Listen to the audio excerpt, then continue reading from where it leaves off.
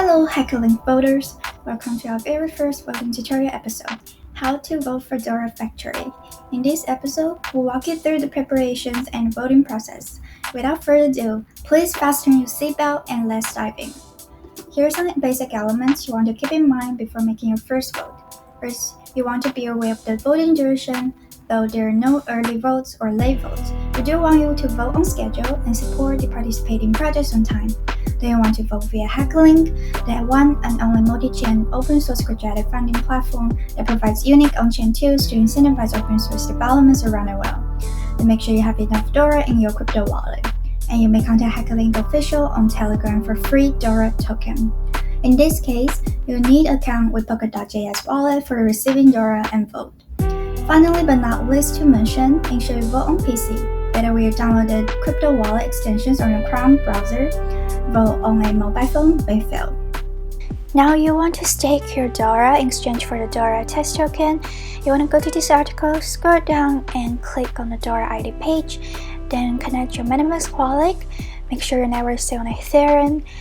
And on the right hand side, you can see the required staking amount is minimum for 10 Doras and the minimum staking period is for 30 days.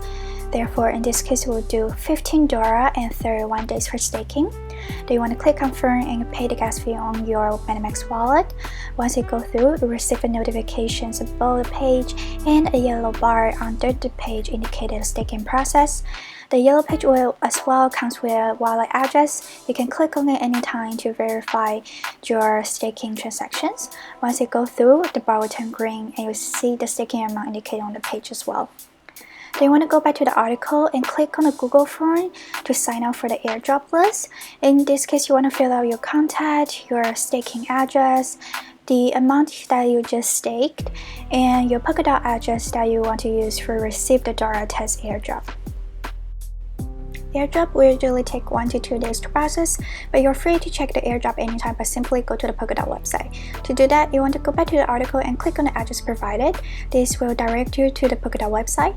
As illustrated in the article, you want to click on the button at upper left and go to development.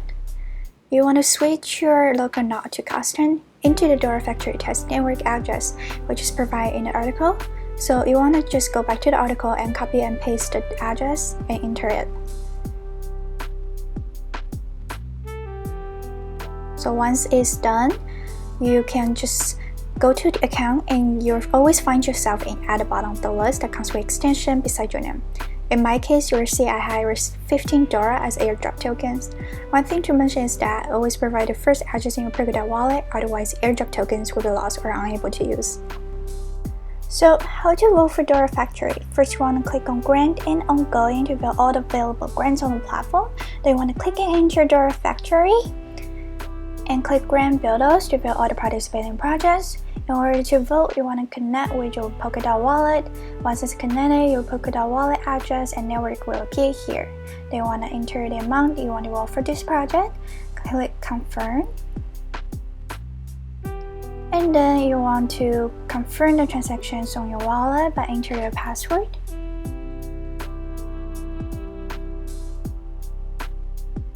Once you have signed the transactions and click confirm, you're successfully made a vote and you'll receive the notifications about the page.